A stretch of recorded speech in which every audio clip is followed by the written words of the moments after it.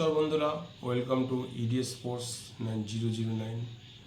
আর আজকের ভিডিওতে আমি পরপর কতগুলো বিষয় নিয়ে আলোচনা করব। বহুদিন ভিডিও বানানো হয়নি, বিশ্বকাপের 2-4টে ভিডিও হয়তো তৈরি করেছিলাম, কিন্তু তারপরে বিভিন্ন কারণবশত ভিডিও বানানো যায়নি। তো আজকে এমন একটা বিষয় নিয়ে আজকে আলোচনা করতে চাই, যে বিষয়টা হাতে আসার পর থেকে ভিডিওটা না বানানো পর্যন্ত আমার ঠিক স্বস্তি আসছিল না, এবং কতক্ষণে ভিডিওটা করব কিন্তু কোনো হাতে সময় ছিল না। এখন ঘড়িতে প্রায় 1টা বাজে, রাত 1টার সময় পেয়েছি ঘুমটাকে অগ্রাহ্য করে আজকে তোমাদের জন্য ভিডিও বানানোর জন্য। তো কেন এই ভিডিওটা বানাচ্ছি, তার মেইন কারণ হচ্ছে সেই মোহনবাগান এই মুহূর্তে যে টিম বানিয়েছে তার এবছর অন্যতম সেরা সাইনিংটা করে ফেললো। আমি আজকে বলবো না, গতকালই বলবো, কারণ 1টা বেজে গেছে। গতকাল সবচেয়ে বড় সাইনিংটা করে ফেললো, অর্থাৎ সাংতে। এই মুহূর্তে মোহনবাগান, এক কথা বলা যেতে পারে যে এই মুহূর্তে মোহনবাগান সব থেকে দামি প্লেয়ার, সব থেকে ইম্পর্টেন্ট প্লেয়ার, ইন্ডিয়ান স্কোয়াডের সেরা প্লেয়ারটি কিন্তু তুলে নিল। লারেঞ্জওয়ালা সান্তে মুম্বাই সিটি এফসির রাইট উইঙ্গার থেকে অপারেট করা একটা প্লেয়ার, যে প্লেয়ারকে চিনে না এমন কোনো ফুটবল প্রেমী এই মুহূর্তে ইন্ডিয়ায় নেই। এবং কেউ যদি সুনীল ছেত্রীর পরে কেউ যদি সম্ভাবনাময় কোনো ফুটবলার হয় এবং ইন্ডিয়ার সেরা ফুটবলার হয়, সে হচ্ছে ছাংতে। এবং সেই ছাংতেকে 3 বছরের জন্য সই করালো মোহনবাগান। অর্থাৎ মোহনবাগানের আক্রমণ ভাগ এক ধাক্কায় বহুগুণ বেড়ে গেল। এই মুহূর্তে মোহনবাগানের যা স্কোয়াড দাঁড়িয়েছে, ভারতের সেরা স্কোয়াড, সেরা মিডফিল্ড, সেরা ফরওয়ার্ড নিয়ে এবছর আইএসএল খেলতে ঝাঁপাবে মোহনবাগান। এবং স্বাভাবিক কারণে এই দল নিয়ে মোহনবাগান চ্যাম্পিয়ন না হওয়ার কোনো কারণই নেই। এবং মোহনবাগান সেই মতো তাদের হেড কোচও পেয়ে গেছে। গত বছর পাঞ্জাব এফসির প্যানাজিওটিস ডিম্পোরিস খুবই আক্রমণাত্মক ফুটবল খেলিয়ে থাকে এবং রক্ষণের সঙ্গে ফরওয়ার্ডের একটা দারুণ মেলবন্ধন তৈরি করে। এবং আমরা পাঞ্জাব সিটি এফসির বেলা দেখেছিলাম যে পাঞ্জাব এফসিকে কীভাবে ম্যাচের পর ম্যাচ জিতিয়েছিল, তার স্ট্র্যাটেজি। এবং এই আমরা ডিম্পোরিসের সেই প্ল্যানই কিন্তু এবারে আইএসএল এর দেখতে চলেছি। তো সেটার জন্য আমাদের যথেষ্ট ওয়েট করতে হবে, অর্থাৎ অপেক্ষা করতে হবে। আমি আসি মোহনবাগানের টিমের কথায়। মোহনবাগান টিম এই মুহূর্তে ইন্ডিয়ার সেরা ফুটবল টিম হওয়ার কারণ, মোহনবাগান যে মাঝমাঠ পেয়েছে, স্বপ্নের মাঝমাঠ। যে মাঝমাঠে কে নেই, সব আছে। মোহনবাগানের মাঝমাঠে সবাই আছে। গত বছর আমরা সবাই জানি মোহনবাগানের মাঝমাঠ একজন বিদেশি সিডিএম না থাকা সত্ত্বেও, বিদেশি ডিফেন্সিভ অ্যাটাকিং কোনো ব্লকার মানে কোনো মিডফিল্ড না থাকা সত্ত্বেও ভারতীয় একজন কিন্তু নির্ভরতা দিয়েছে, এবং তিনি হচ্ছে আপুইয়া। এই আপুইয়াকে নিয়ে কিন্তু মোহনবাগান বাজি ধরতে পারে। এবং এই মুহূর্তে ইন্ডিয়ার সেরা মিডফিল্ডার যদি কেউ আসে, হচ্ছে আপুইয়া। এবং সেই আপুইয়ার সঙ্গে জুড়ে গেছে এই মুহূর্তে পাঞ্জাব এফসির প্রতিভাবান এবং সেরা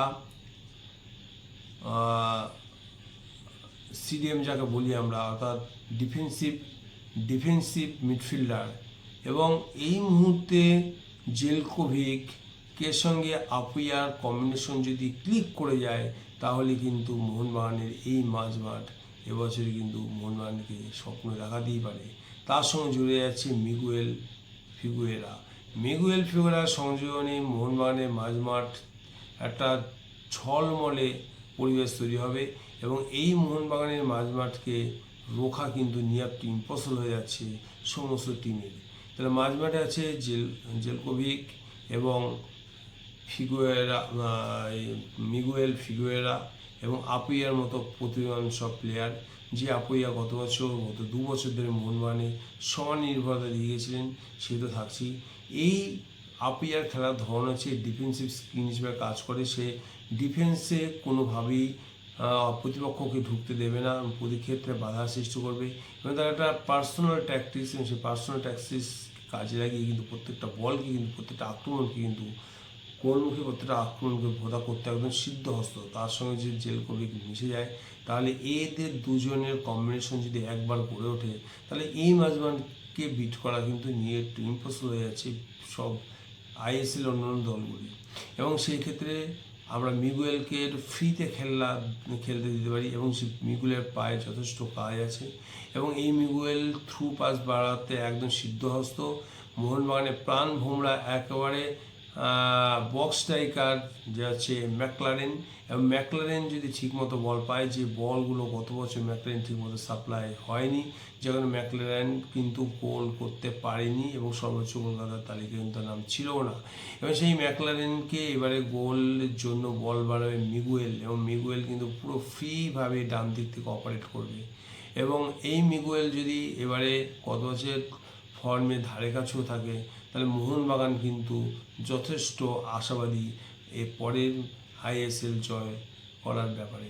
তো মিগুয়েল আছে, এবং এর সঙ্গে আছে রাইট উইঙ্গারের ছাংতে নতুন সংযোজন এবছর সই করেছে, এই আজকেই সই করেছে, এবং এই আজকে সই করার পর মোহনবাগানে বলেছিলাম যে মাঠ থেকে ফরওয়ার্ডের মধ্যে একটা দারুণ লিঙ্ক তৈরি হয়ে গেছে, এবং ফরওয়ার্ড লাইন কিন্তু আরও শক্তিশালী হয়ে গেছে। এবং ওই ডান দিকে তো একজন আছেই, সে হচ্ছে মনবীর সিং, কয়েক বছর ধরে মোহনবাগান নির্ভরতা দিচ্ছে। তো মোহনবাগানের সব পজিশনে 2-3 করে প্লেয়ার থাকায় মোহনবাগানের অ্যাডভান্টেজ কিন্তু অন্য দল থেকে অনেকটা বেশি। এবং এই মোহনবাগান যে দল গঠন করছে, ডিফেন্সের দিকে যদি তাকায়, তার ডিফেন্সের সুভাষিস বোস তো লেফটে আছে, রাইটে অভিষেক টেক্সাম, এবং মোহনবাগান যে ডিফেন্সে যে প্লেয়ার নিয়েছে সেই ভারতের সেরা প্লেয়ারদের নিয়েছে। সুতরাং লিমিটেড 4 জন প্লেয়ারের মধ্যে যদি 3 জনকেই উপরে তুলে দেয় মোহনবাগান কোচ, অর্থাৎ অ্যাটাকিংয়ে লোক বাড়াবার জন্য, তাহলে ডিফেন্সে কিন্তু ভালোভাবে সামাল দিতে পারবে রাহুল ভেকে, মেহতাব সিং, সুভাষিস বোস, প্রয়োজনে অভিষেক টেক্সাম। এবং সেদিক থেকে দেখতে গেলে মোহনবাগান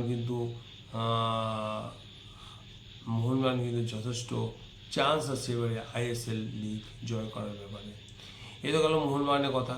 এবং যে সুখবরটা নিয়ে আজকে ভিডিওটা তৈরি করার কারণ ছিল মেইনলি, সেটা হচ্ছে কলকাতার মানুষ কিন্তু ব্রাজিলকে দেখতে চলেছে। সেই ব্রাজিল নয়, অর্থাৎ ব্রাজিলের প্রথম একাদশে যারা যারা খেলে, ফার্স্ট 11-এ যারা যারা খেলে, প্রত্যেকটা প্লেয়ারই কিন্তু মোহনবাগান বলছি, ইন্ডিয়ানরা কিন্তু দেখতে চলেছে। এবং ইন্ডিয়ায় খেলাটা হবে, এবং খেলা হবে ইন্ডিয়ার সাথেই।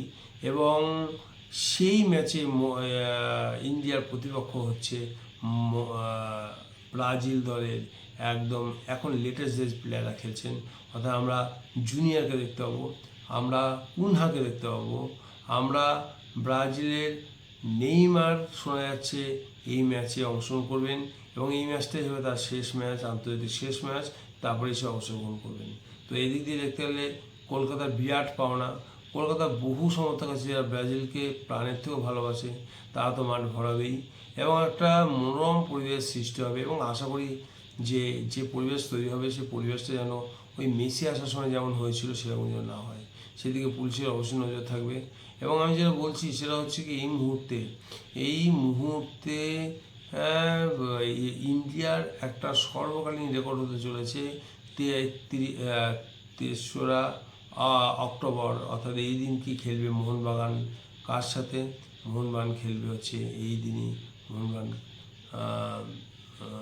মোহনবাগান না, ভারতীয় দল খেলবে কাদের বিরুদ্ধে, ভারতীয় দল খেলবে হচ্ছে ব্রাজিলের বিরুদ্ধে। এবং সেই খেলায় আমরা কিন্তু ব্রাজিলের সব তারকা ফুটবলকে দেখতে পাবো, এবং এটাই হচ্ছে বাঙালির সব থেকে পাওনা। এবং ব্রাজিল উপভোগ তারই উপভোগ করবে যেহেতু কলকাতা স্টেডিয়ামে খেলা হবে, কলকাতার মাঠ ভরিয়ে দেবে, এবং তিল ফেলার মতো জায়গা থাকবে না। এবং সেটা দেখেই ব্রাজিল অবশ্যই অনুমান করবে যে ইন্ডিয়ান ফুটবল কিন্তু ধীরে ধীরে এগোতে পারে। ইন্ডিয়ান ফুটবল ধীরে ধীরে এগোতে পারে কি পারে না, সেটা আমরা আগামী দিনই দেখতে পাবো। এবং এই ব্রাজিলের সাথে ইন্ডিয়া কেমন ফুটবল খেলে সেটাও চাক্ষুষ করবো। তো আজকে এই পর্যন্ত। কেমন লাগলো ভিডিওটা? ভালো লাগলে লাইক এবং শেয়ার করতে একদম ভুলবে না। যারা এখনও আমার চ্যানেলটাকে সাবস্ক্রাইব করোনি, কিসের এত ওয়েট করছো? সাবস্ক্রাইব করে ফেলো, যাতে নতুন নতুন ভিডিও সবার আগে তোমরা পেতে। আর এই ভিডিও দেখার জন্য তোমাদের অসংখ্য ধন্যবাদ। আবার দেখা হবে নতুন কোনো ভিডিওতে। বাই।